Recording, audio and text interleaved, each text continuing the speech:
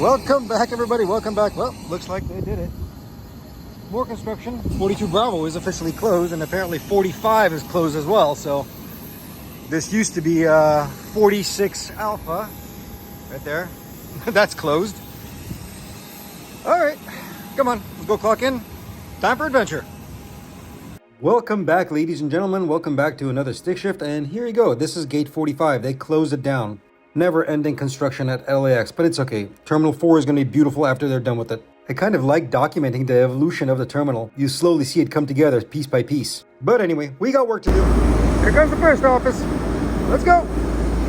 Oh, nice. It's the One World livery.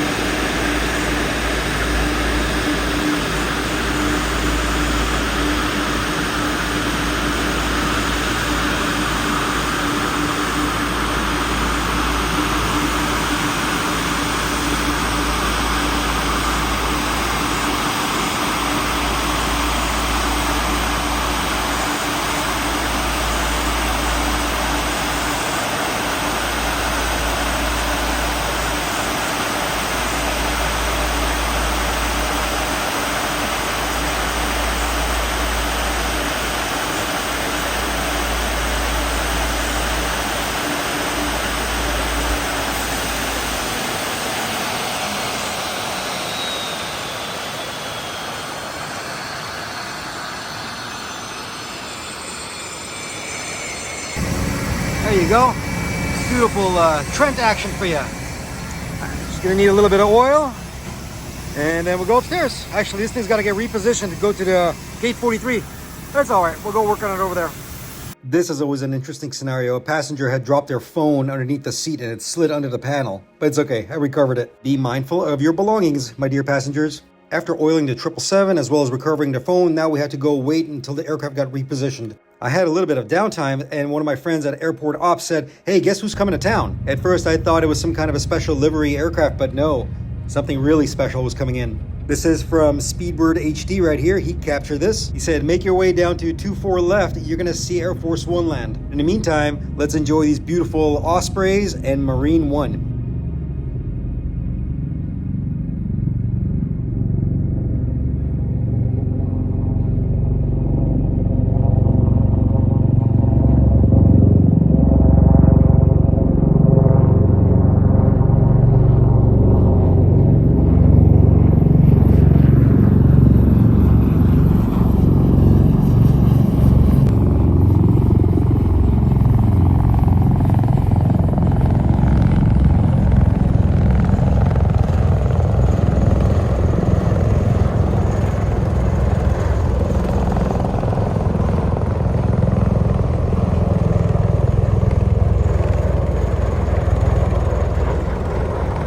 Managed to make my way down to the 2-4 side of the runways, and here we go. Let's enjoy Air Force One in all its glory.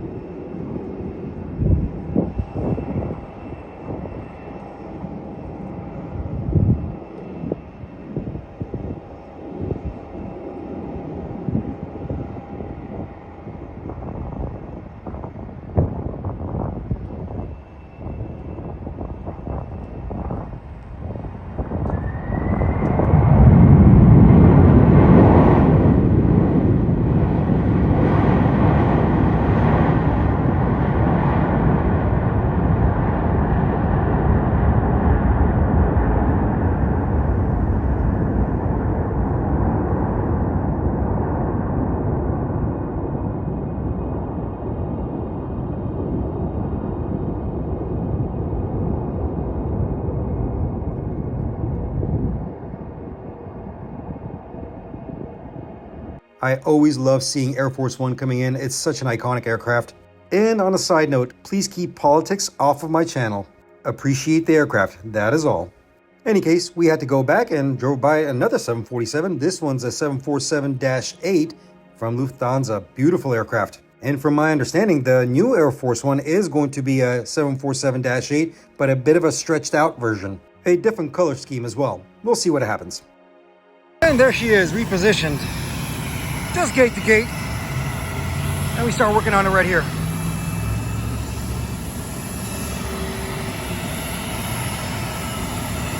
This thing is a late departure to Heathrow later tonight.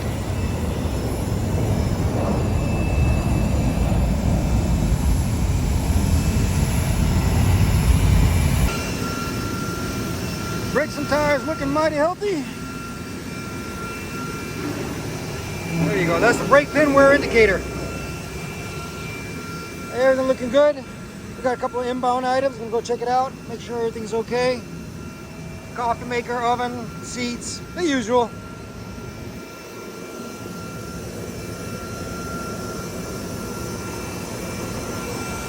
Okay, first thing on the menu. This thing fell out. Well, what this is not a big deal. It's just a bulb seal, not a big deal. It's right up here. Sometimes, you know, when the cabin stretches and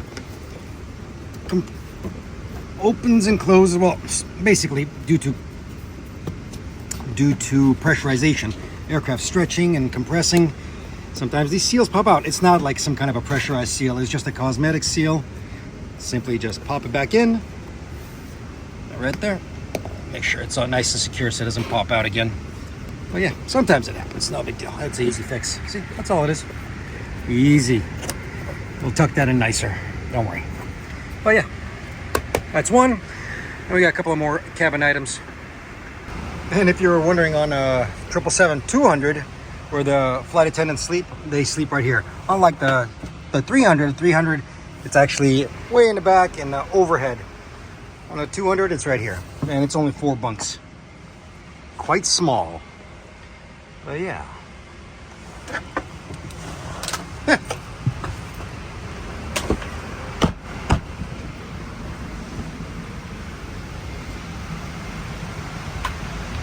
Okay, another write-up. Let's see now. They report 26 or 27 here. So the window shade's broken. Well, yes and no. The window shade actually works just fine. It's a little reinforcement plate that's behind it. The adhesive came off. It's gonna reapply some new adhesive, put that back on, and it'll be good as new. Yeah, that's all it is. It just slips in there. It keeps the integrity of the structure of the window shade itself, so not a big deal. That's an easy fix. Get some adhesive, be right back. And there you go, good as new.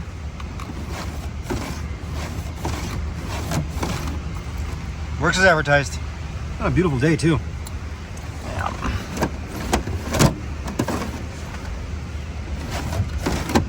Wonderful. All right, next, I think we got a screen right here that needs a little bit of adjusting. That's not a big deal. I've shown you guys this before. It's a couple of Allen keys or screws or whatever. Adjust that, easy peasy. And then coffee maker and an oven in the front.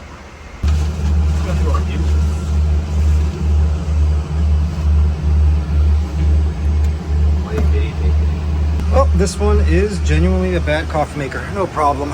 We will replace it. We have it in stock.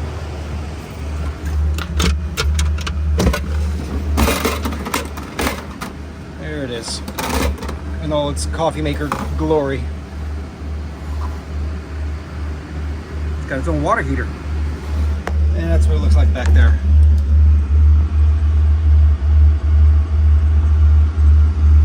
Okay, I already ordered it. It's on its way. Okay. Out with the old, in with the new.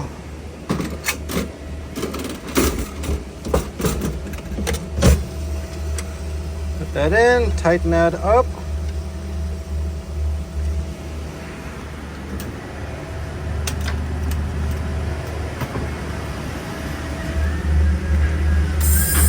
There you go. Let it pressurize and then we'll put the pot in.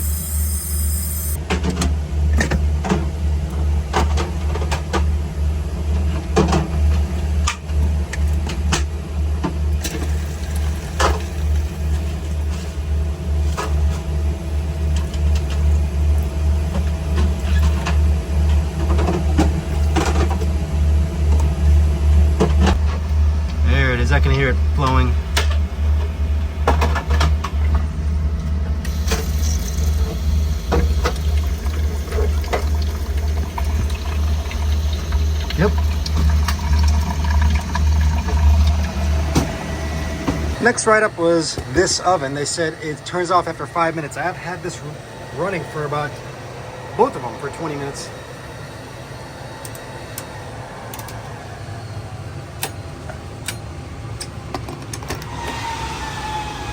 Yep, working as advertised. We call this one operator error. Or cannot simulate. Whew, that's hot. Yeah, nothing's wrong with these ovens. Works as advertised. Otherwise, it's a good airplane. Gonna go through the parameters. Well, I already have, but yeah, everything's good to go. Engine oils are good, hydraulics are good, statics, statistics are good. It's a happy airplane. Unlike our 300s, the 200s don't have the camera. Don't know why, but the 200s don't. Small airplane, probably, that's why. But yeah, all good. Make sure the fidget spinner working.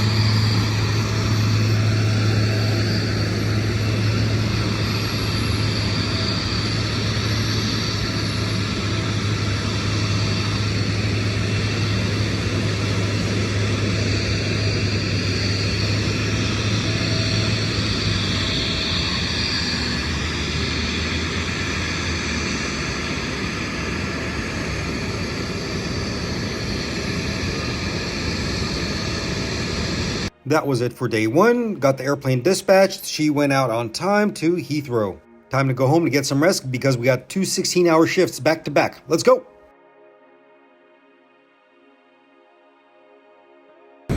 Good morning, everybody. Good morning. Here we go. First flight of the day. Just came up. Let's go. Gonna do a quick little walk around, make sure everything's okay. It's gonna be a nice day. Look at that. Even the moon's out. That's pretty.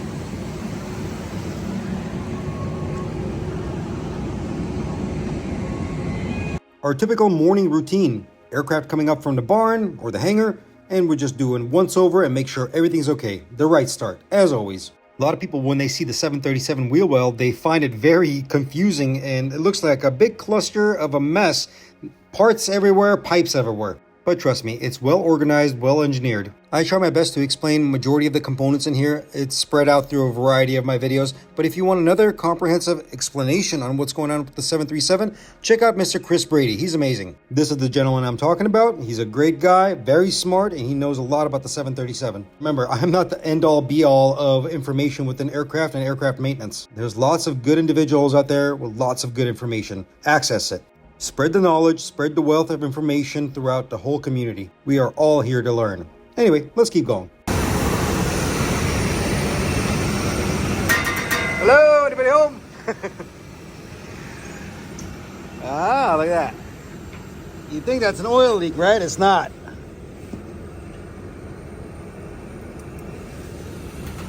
That's just water, just condensation.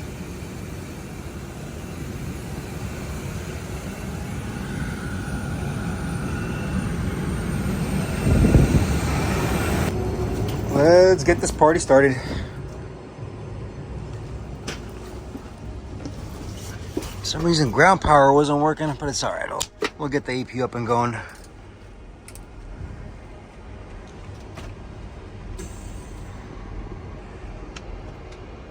There it goes, EGT going up. And then it's gonna roll back just a bit, stabilize, and I'll get generator available light.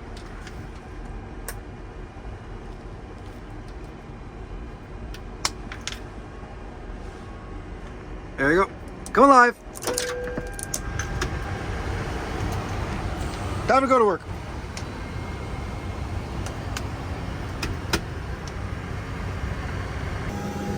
Just a quick little walkthrough.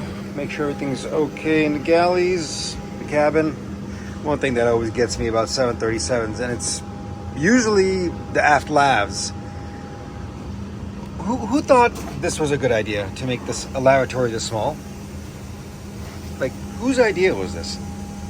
I can barely fit in here, and I'm a small guy. It's just nuts. Yeah, but it's okay, you still got pretty mood lighting. Oh man, that is tiny. Well, at least this one's a little bit bigger. Nuts.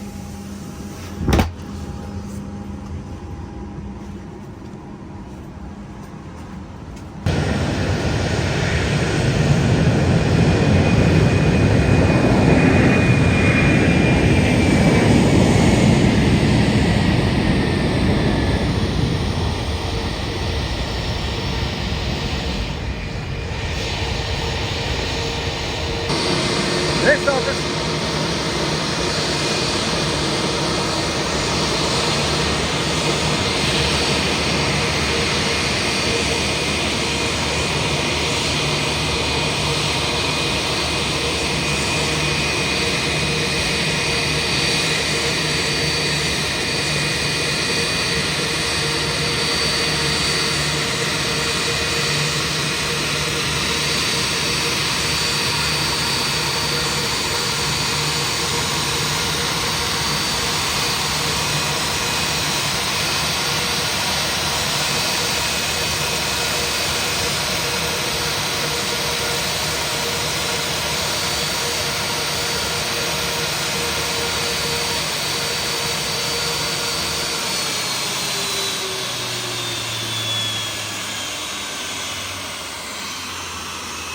Yeah, that thing's got plenty of oil, more than enough.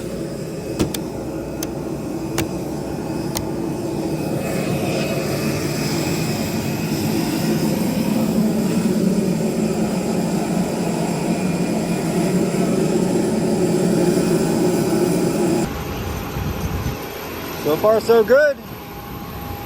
You know, I've talked about the inlets. Well, these are the inlets for the pack actuator. Oh, the inlet packs.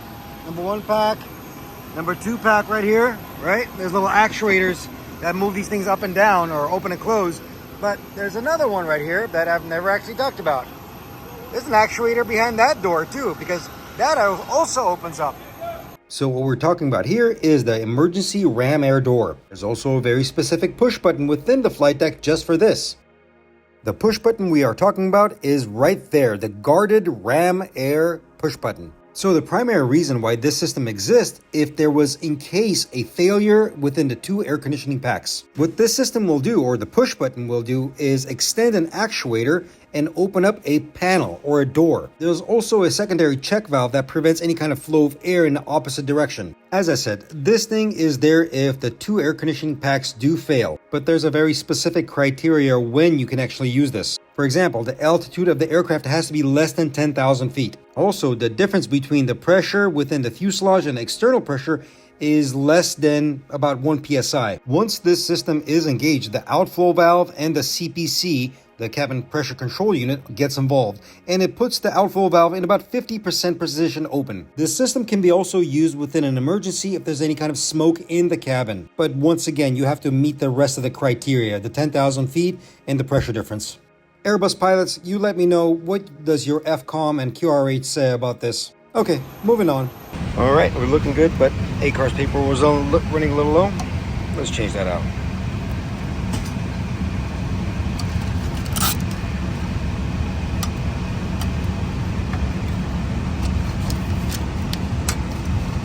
And yes, guys, this is thermal paper, the same type of paper that fax machines use.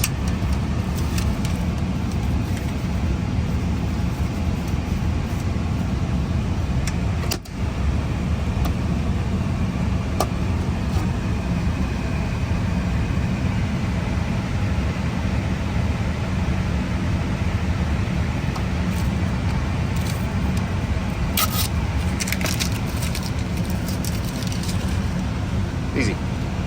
I was having a very good discussion with one of my colleagues, and since we're here, let's bring it up. I'm going to talk about it with you. This is the standby compass on the Airbus. Every single aircraft has a standby compass. This is your very last resort for navigation. If a pilot has to resort to a standby compass, trust me, you're having a really bad day. There's a couple of features on this compass I want to point out. Number one is that bottom knob. That is a knob that can be unscrewed to access the light that's within the compass. By the way, that's a no-go item within a nighttime operation. The other two things I want to talk about is the little holes right up top of the compass that says B and C right there. These little holes are for adjusting the compass. On the surface, it's a very simple rudimentary task. We do it when we change out the compass, but the science behind it is actually quite fascinating. So if you're a fan of mathematics, I am, and if you like trigonometry, you're definitely going to like this. Your basic cardinal directions, north, south, west, east, right? But at the end, it's all mathematics and science and the magnetic pull of the earth. We boil it down to trigonometry because that's how we can calculate this. Now, the B hole that you saw on the compass itself is the maximum influence on the east and west of that compass. The C hole is the maximum influence for the north and south.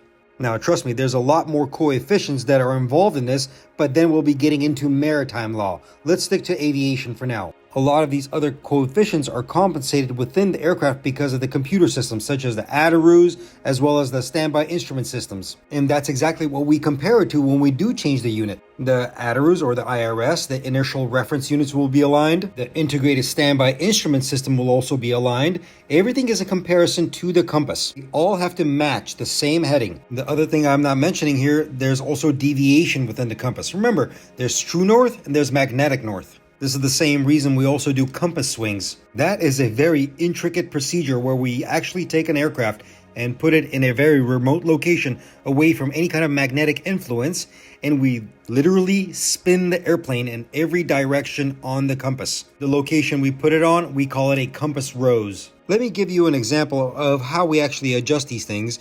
We have to set the aircraft into a magnetic north heading. Let's say we pick a random airport and we set the aircraft in a position of magnetic variation north of plus 3 degrees, 3 degrees of east, let's say. Once that's set, we find the true heading, and then we calculate the magnetic variation. That means 360 degrees plus 3 degrees. We also have to take in consideration of declination of negative 3 degrees. 3 degrees west, that is. That means we come to a magnetic north heading plus a magnetic declination of the airport with 360 plus or minus 3 degrees. And this is how we calculate magnetic deviation. You take the magnetic north heading and you subtract it from the compass heading and you get your magnetic deviation, the total adjustment value. Did I get you confused enough? Good. Now this is the time where you can go and Google your heart out. The compass to me is a very interesting creature, and I have a very weird way of thinking about it. You're taking a unit that measures two-dimensional plane of direction and you're implementing it into a three-dimensional world. But that's just my way of thinking. Don't worry about that. Okay, up next, these two buttons right here, commercial and galley and cab. To simplify these buttons are there to shed any kind of unnecessary power from non-essential equipment. So now you're going to ask, what is non-essential? Right here. Any kind of cabin or cargo lights, water and toilet system, drain mast ice protection, any kind of galley power. That means any coffee makers, ovens, all that stuff is going to go away. All of the passenger entertainment such as Wi-Fi, all that gets shut down. And if the aircraft is installed with a semi-automatic cargo loading device, that gets shut down. Our airplanes don't have that last one. Now the question is going to come to mind, why do you actually need this system? It's for emergencies. Let's say you lost a generator in flight or multiple generators. The aircraft will automatically load shed power from AC and DC sheddable bus bars. It will redirect the power to the essential equipment. It's also there in case you had any kind of an overload within the GCU. That's the generator control unit. Once again, it will load shed. Essentially, it's the airplane protecting itself. As I said, the system is automatic because the galley cab is an auto function feature. But let's take a look at a schematic and you'll see what the commercial button does. The commercial switch is the one that's providing power to the galley auto switch. So let's say if you wanted to shut down all those components and the systems that I talked about earlier, you would simply hit the commercial switch. Maintenance utilizes that switch when we were performing any kind of resets or operational checks on the load shedding system. Let's geek out a little bit more. Let's go a little bit deeper, and this is the wiring diagram. Once again, I talked about the systems it shuts down, but the push button itself is providing power to very particular panels. Two, matter of fact. I apologize. I know it's very small text. Try to pause it and zoom into it if you can. I'll point out the things that we're talking about. First, the push button. Here it is. And if you follow along where the wiring is going and where the power is being distributed to, it's to two panels. 2000 VU and 2001 VU. These are the two main distribution panels. One is in the forward galley. This is the forward one right here. And as you can see, loaded with circuit breakers, and all those systems that I talked about earlier are connected to those circuit breakers. Now let's go back to the aft galley, and you're going to see another panel. That's the 2001 VU. Once again, relating to all those systems. You can reset systems individually via those circuit breakers, but if you want a master shutdown of all the systems, you simply hit the commercial button right there. I hope all of that made sense. All right, we're all good here. Let's go on to the next one.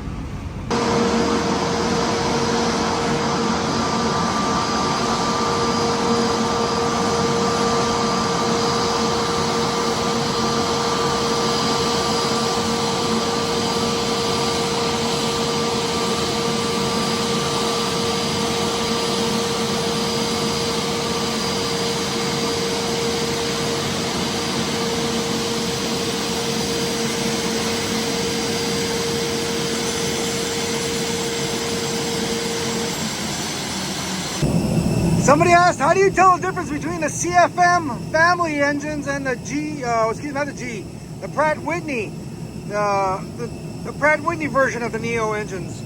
Well, the biggest telltale is the abradable liner. On the CFM, you'll always see it gray.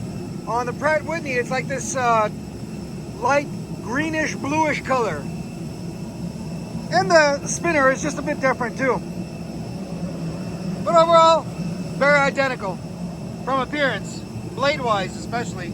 But yeah, the easiest way to tell though is the abradable liner. Pretty though, both of them are pretty. Here you go, that is the Pratt & Whitney Neo version. As you can see, the color difference right by the abradable liner, and the spinner is shaped a little bit differently. That just happened. That's alright, door just came off the little spring locks right here, no big deal, we'll fix that up. Door needs a little attitude adjustment. at least us. The ashtrays is still there. Now let's put this thing back on.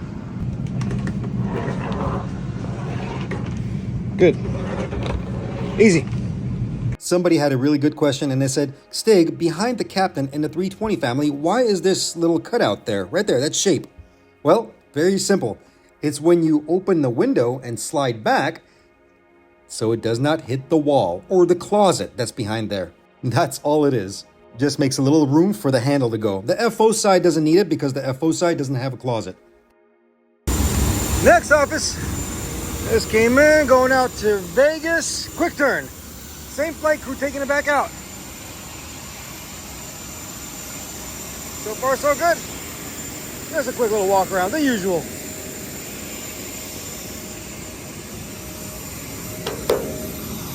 Okay, we're inside of a wheel well of a 737, and you see all the piping, but I want you to focus on these particular units, which I've talked about before. These things are hydraulic fuses. Units I'm talking about are those cylindrical ones. They're different colors. Some of them are purple, some of them are silver, but there's a very particular one that have these little white balls on them. Now, as you know, the hydraulic fuse is simply a check valve. If there was a rupture or a leak within the system, it will cut off the supply. It cuts off the supply to prevent more fluid loss. I have them for a range of systems, everything from flight controls to brakes. Basically anything that's involving hydraulics. These particular ones that we're looking at, this is for the braking system. There's 6 of them in total. 4 of them for normal braking, 2 of them for alternate braking. The way they work in normal operation, the piston and spring internally of that unit is relaxed and allows fluid to flow through. Now let's say there was a leak. The pressure difference across the fuse starts to decrease below normal. The piston starts to compress the spring. Once that happens, the fuse shuts and cuts the flow. As I said, this will happen in case there was a leak within the brake system. When it comes down to maintenance tasks, we can do this for 2 reasons. 1 is to bleed the brakes. Number 2, to actually test the fuse itself. Process is very simple. There will be a technician at the brake assembly releasing the bleed valve. Once you release the bleed valve, there's going to be fluid coming out. If you have enough fluid coming out, the fuse is going to feel the pressure difference. Once it drops below a certain limit, the fuse is going to shut. That means we properly bleed the brake as well as functional testing of the fuse itself. Now, once all that's done, guess what? You can't just leave it like that. The fuse has to be opened back up. And that's why you have the little white ball there. It's the reset switch. We will simply pull that little white ball, which will reset the fuse, and fluid will flow through again. That's about it. Man, that was a long way of explaining this, wasn't it? Sorry about that. I talk too much.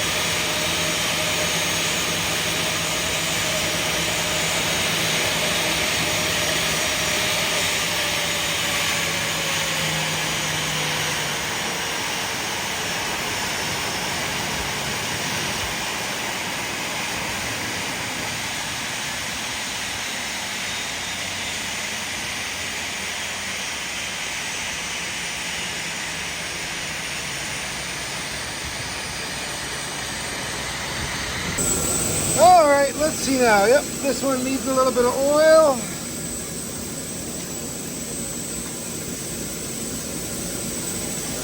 We'll give it a little bit of oil.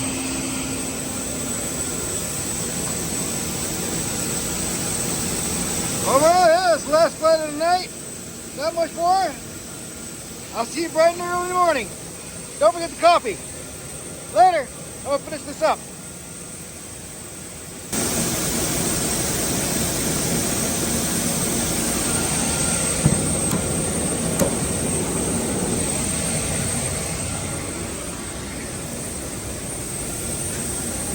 Good morning, everybody. Good morning. All right, let's go. We got an international today. We got 3 wide bodies. Let's see, which one do we want? Innie, mini, mini. Well, that one. That's our bird. Let's go. That's the Haneda flight. E-tops time. Down front. And it rained today, too.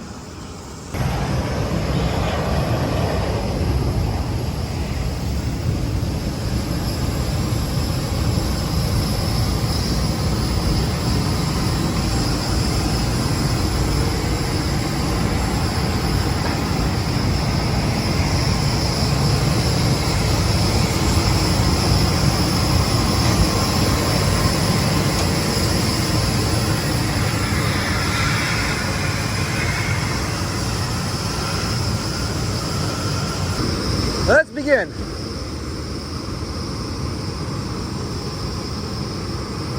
The ice detectors right there. Pitot tubes, AOAs. Just making sure everything's okay. By the way, ice detectors should not be confused on the wide bodies with the TAT probes. That right there is a TAT probe. It's easy to confuse them because they look very similar. So yeah, ice detector. The ice detector is what you think it is. It detects for ice. These things are only working when the airplane is flying or if maintenance puts them in a configuration on the ground to work for testing purposes. The unit itself uses platinum resistance thermometers, and what this thing actually does is senses any kind of moisture in the air. The moisture data is collected and calculated. It wants to see conditions before the moisture in the air changes into ice. TAT probe, total air temperature. The TAT probe is a different unit, total air temperature, and as you can see, the units look very similar. These units are for sensing outside air temperature. The probe has 2 sense elements, and it takes the analog data from the sensors and it sends it to the RDC, remote data concentrators. This unit is tied into navigation and the air data systems. It works together with the pitot system and the AOA sensors. It gathers this data and gives a better understanding of true airspeed and outside temperature. All right, I think that's enough of me talking. I'll be quiet a little bit. Enjoy the walk around.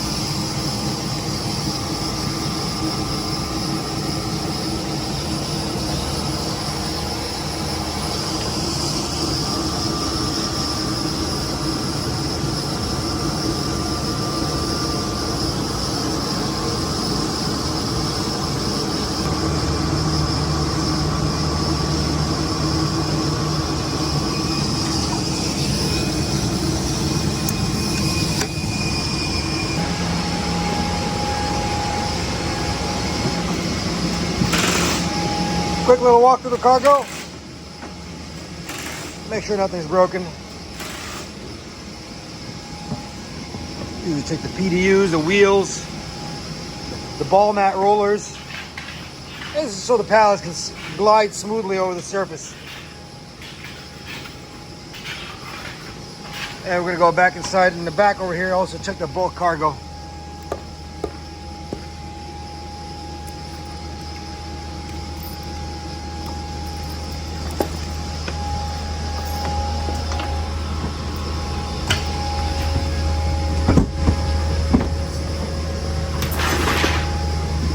What we want to check for is the seals. This seal in particular. I want to make sure it's not damaged or obstructed.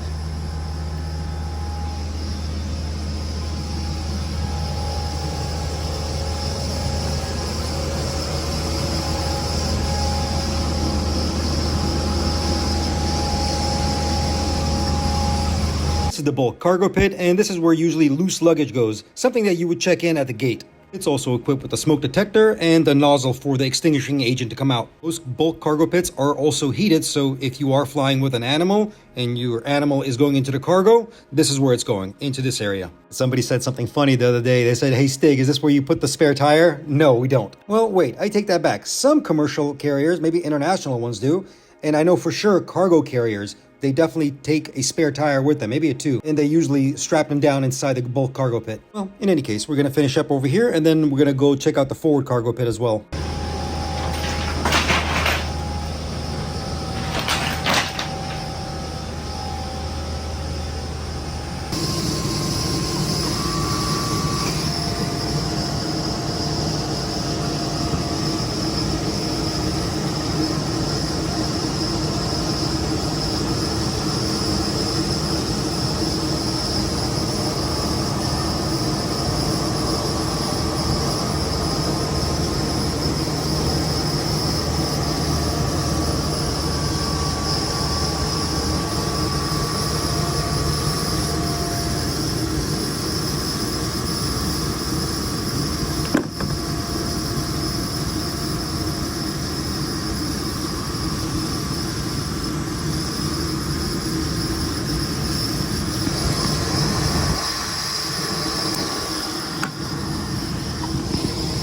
This is the forward cargo pit of the 787, and as you can see, they have not finished unloading, but that does not stop me from inspecting. I have to do this again 3 hours prior to departure. At that point, it will be empty.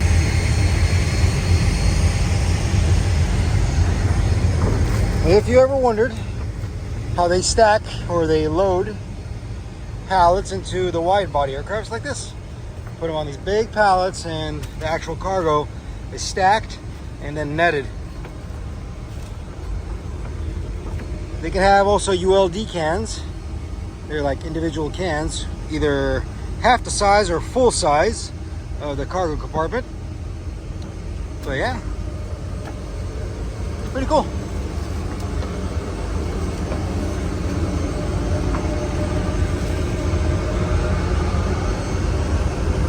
My partner was doing it upstairs and he gave me a call. He said, "Hey, check out one of the nose tires, specifically the left one. It's a little bit below the normal pressure, so I had to service it right here." Nominal temperatures for the 787 nose tire is between 182 to 192 psi. The mains are about 225 to 235. This is also very dependent on outside air temperature or the temperature of the tire itself. There she is. Beautiful plastic princess.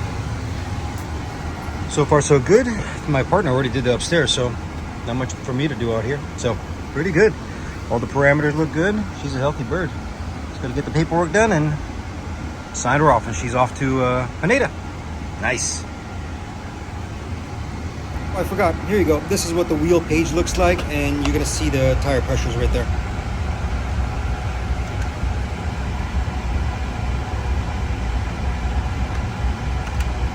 Somebody asked this the other day and they said, "Stig, every time you're looking at the 787, you see this message, FD door lock failed." The door lock is not failed, it's just disabled. See, when the flight is over and everybody's leaving, pilots will usually disable the door lock. This is so the pilots and maintenance do not inadvertently lock themselves out of the flight deck. But if the aircraft is ready to depart, Pilots will close the door and arm that system, and they will lock the door. And yes, we can unlock the door from the outside, but I'm not going to be talking about that nor showing it to you. So please do not ask. That is the extent of how much I'll talk about the door system. And also, every aircraft has this system. The 777, the 737, the Airbus, they all have that system. It's just located in different areas within the flight deck on other aircraft.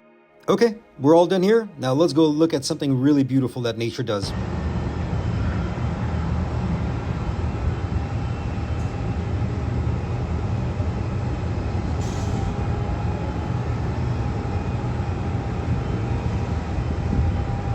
How about that? A rainbow. That is absolutely amazing.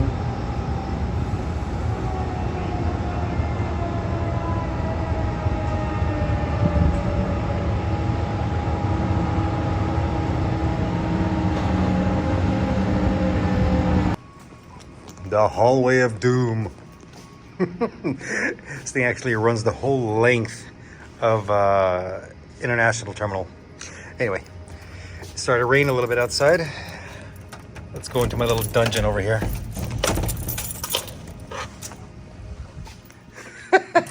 This is worse than a cubicle. It's like a prison sentence.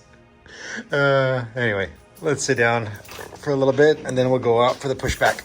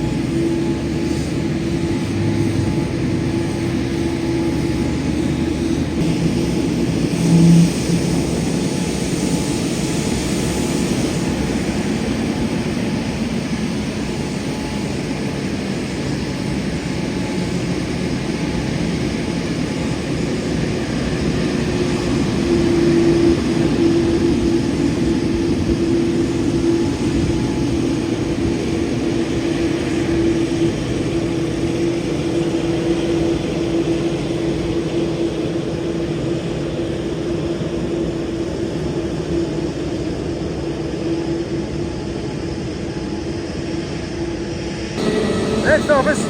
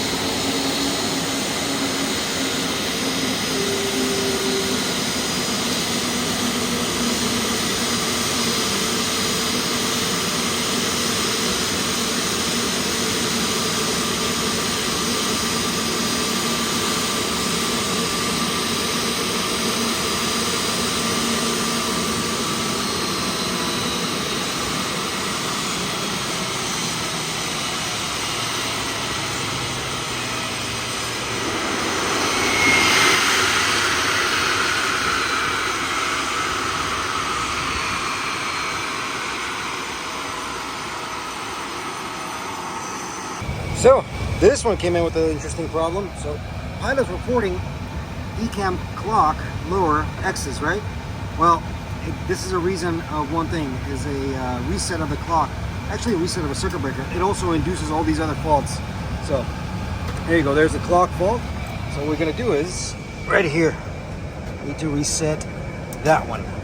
CFDIU circuit breaker. The CFDIU, standing for Centralized Fault Data Interface Unit, does a lot of work. It's responsible for collecting and processing data related to the fault systems of the aircraft. That means it's pretty much talking to every single computer in the airplane, and also it's relaying this information and displaying it for us on the ECAM. The ECAM is the display unit. One of the systems it talks to is the ship clock that's displayed on the ECAM, amongst many other systems, obviously, because it's collecting fault data. Now, in this scenario, the clock on the ECAM glitched or failed or something happened. At the same time, it's starting to induce all these other faults. This is why if you're new to Airbus or even Boeing, you might see multiple amount of faults on these airplanes, but they all concentrate on maybe on one singular thing. I'll make a funny analogy. All these systems, they all talk to each other, they all transfer information and gather data from each other. One of these systems malfunctions, all the rest of the systems will become basically tattletales. They'll all start screaming and saying, yeah, if he's not working, then I'm gonna glitch too and I'm gonna kick up a fault. There's nothing really wrong with the other systems, it's just the clock that's malfunctioning. In this case, it was a simple glitch. All it needed is a circuit breaker reset. And we're gonna reset it for about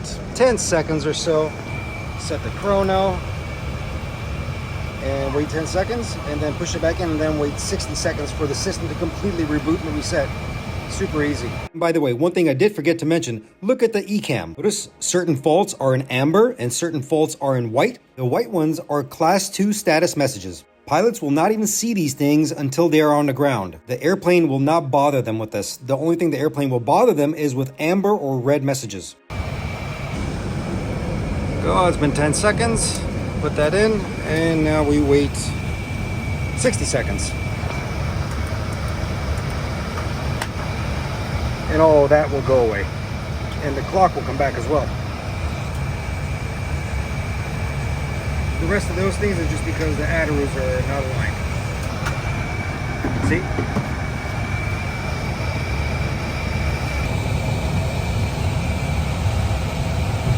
There you go, all cleared. Just need to reset, and the clock is back online and working. And make sure that it matches the ship clock as well. That's the ECAM clock, and that's the ship clock.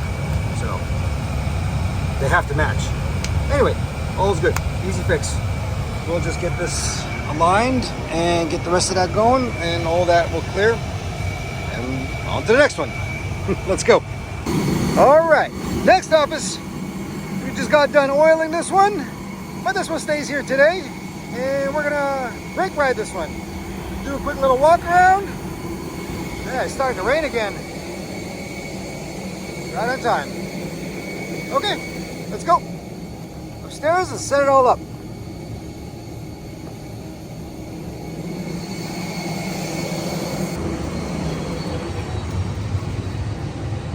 Cabin is already cleared.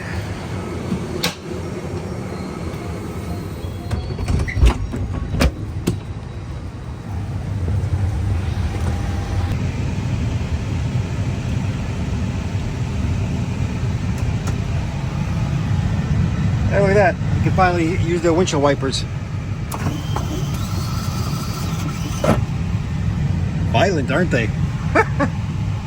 By the way, remember I talked your ear off about the commercial switch earlier in the video? Here, this is what it's going to do, and this is what it looks like when you disengage the system.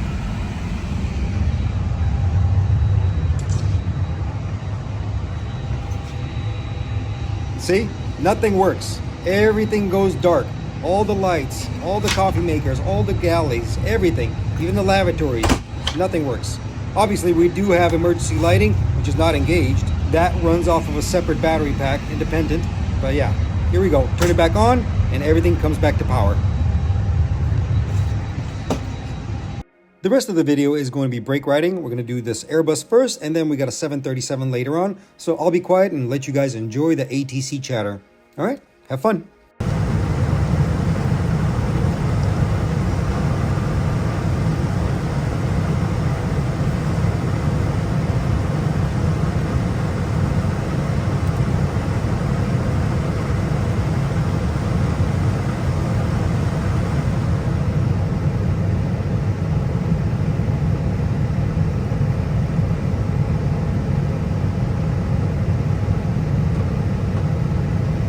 Yeah, 1500, Mach Tower 2095. 2095, United 1500. 1677, Mach Tower 2095.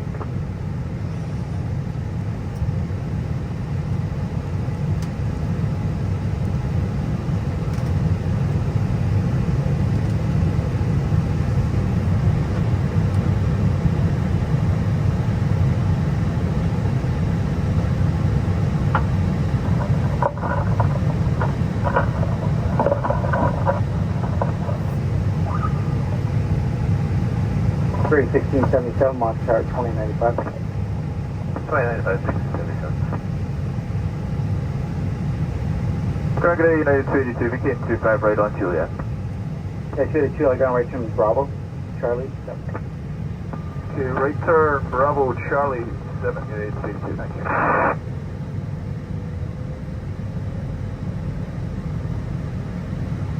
Delta 715 Heavy, or Delta 715, Mach Tower 2095. Good there, Delta 715.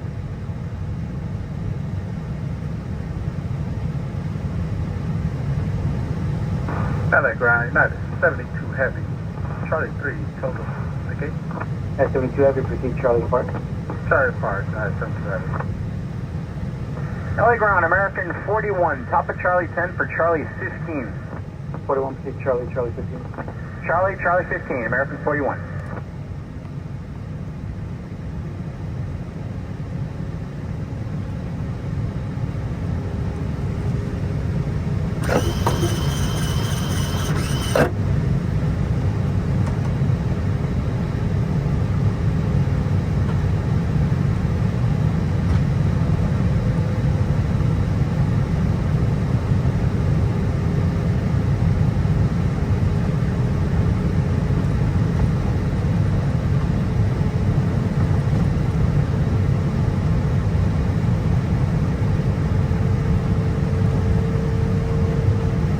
Alpha, good evening, Nancy 603 Heavy on the south of Chat with Foxtrot.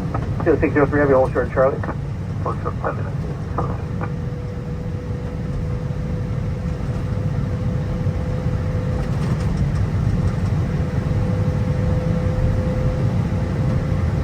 Delta 15, Mach Tower 2095. 603 Heavy, we're 925, right? Taxi 5 Bravo. Taxi by Bravo, Nancy 603 to Silver.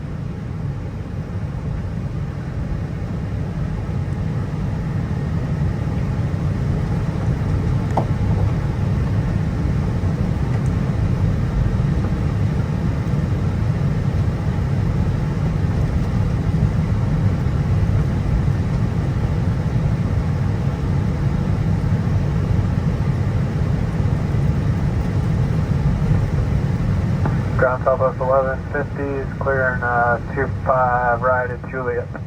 South 1150 straight ahead. Left turn Charlie, November, North Road. Charlie November, North Route, Southwest 1150.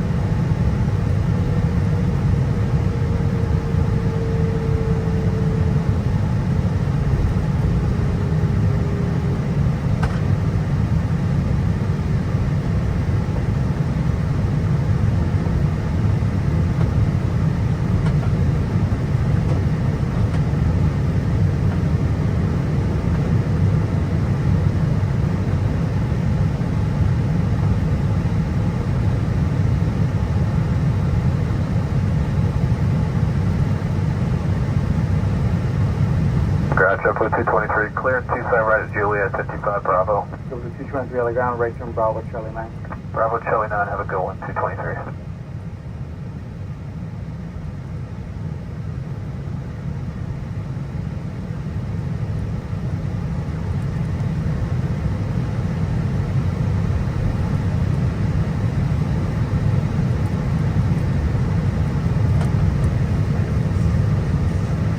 Chile Stig 03 Heavy, Monster Tower 120.95. 095.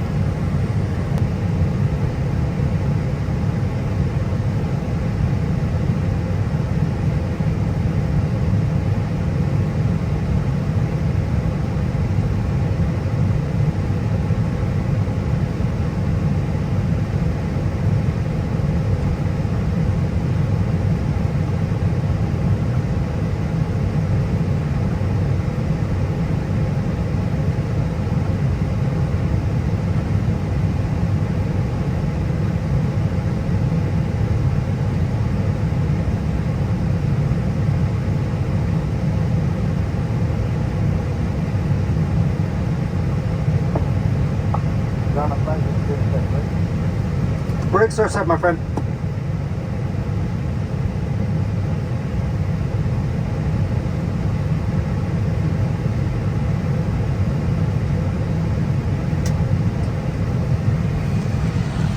That's that. Easy. Alright, let's get rid of hydraulics. We don't need that. Beacon off, emergency lights off, Adaroos off. I already had the bleeder off, so it's on cooldown. 1147, Charlie Alley. And we don't need to hear that anymore. Let's see. Let it ding.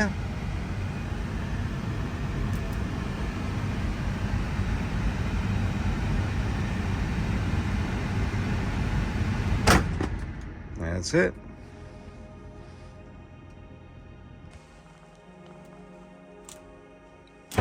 Good night for this one. All right, let's go.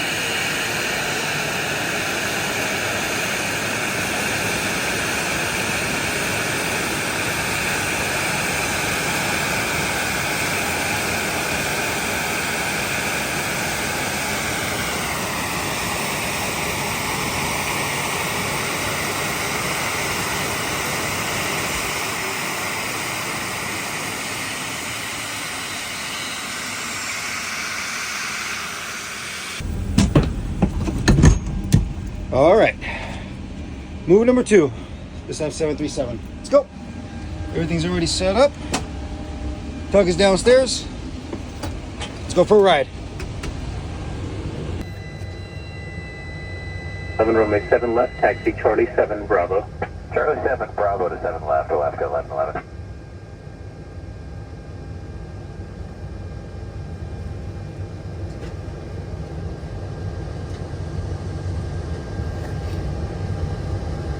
Go 6260, monitor tower 120.905. Over to target, thanks, go 6260.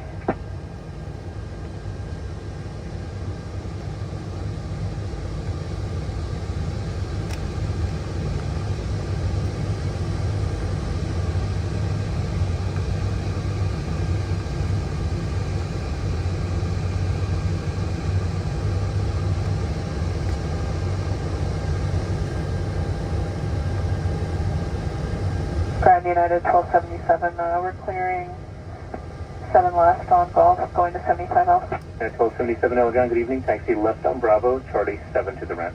Bravo, Charlie 7, United 1277.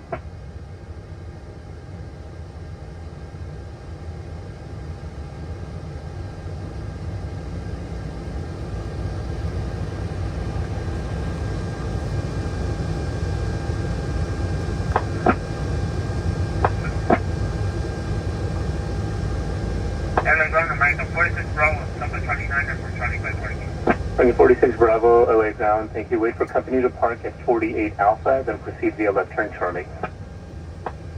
Left turn Charlie at the company park 48 Alpha, American 46 Bravo. Attention Los Angeles, 8 is Bravo, not current. 8 is Bravo, LA altimeter 3004. Foxtrot 1111, 8 is Bravo, LA altimeter 3004, monitor tower on 120.95. Okay, we'll get Bravo and over to Tower, Alaska 1111.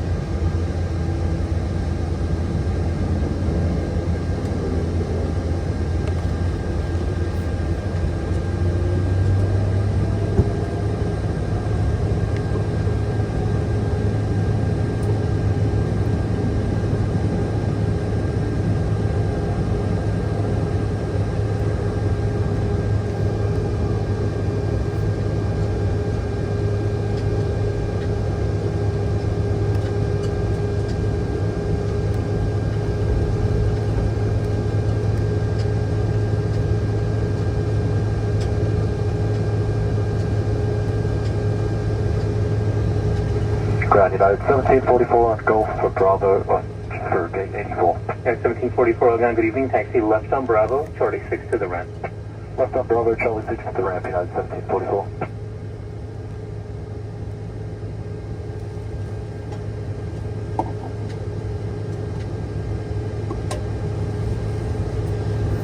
At 1744, wait for the American undertow to pass by on Charlie before you turn into the ramp, please. Wait for the American to pass United 17, undertow United 1744. Ground sky with 5951, we're November, and hold it short of Charlie.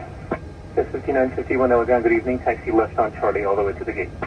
Left on Charlie all the way to the gate, go with 5951.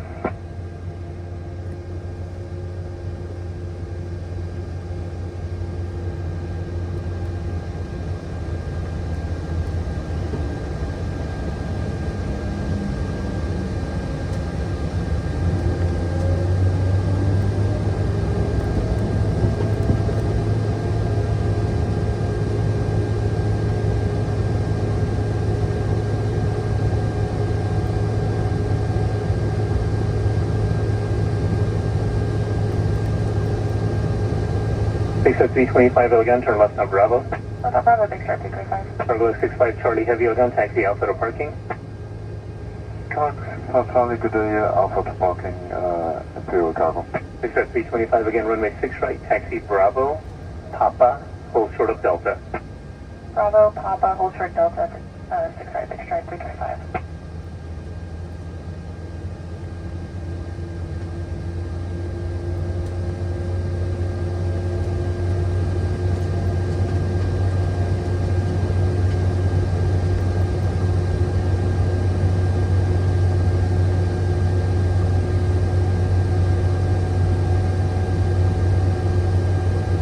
Big Star 325, we got you wheels up about 8 or 9 minutes from now, which is exactly the time it will take you to get to the north side.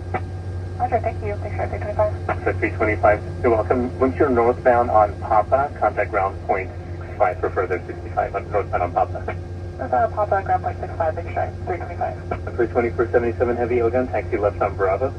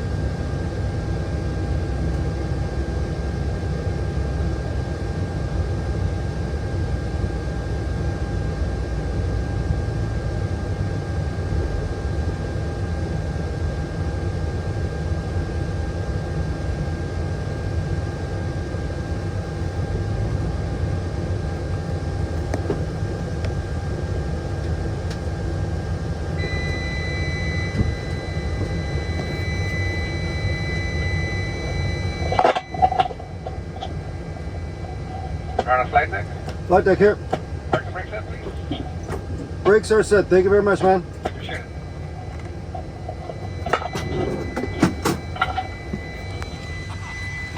All right. That was fun. Let's see.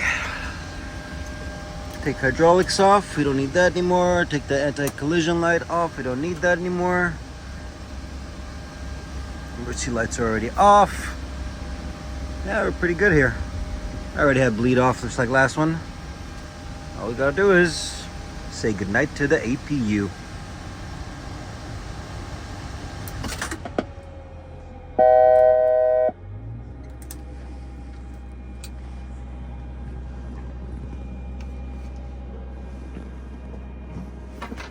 Give it a moment and let the APU cool down.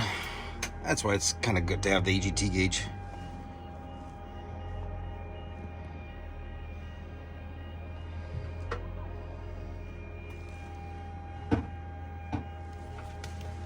Well, folks, this is it. This is the end of the shift, and this is the end of this adventure.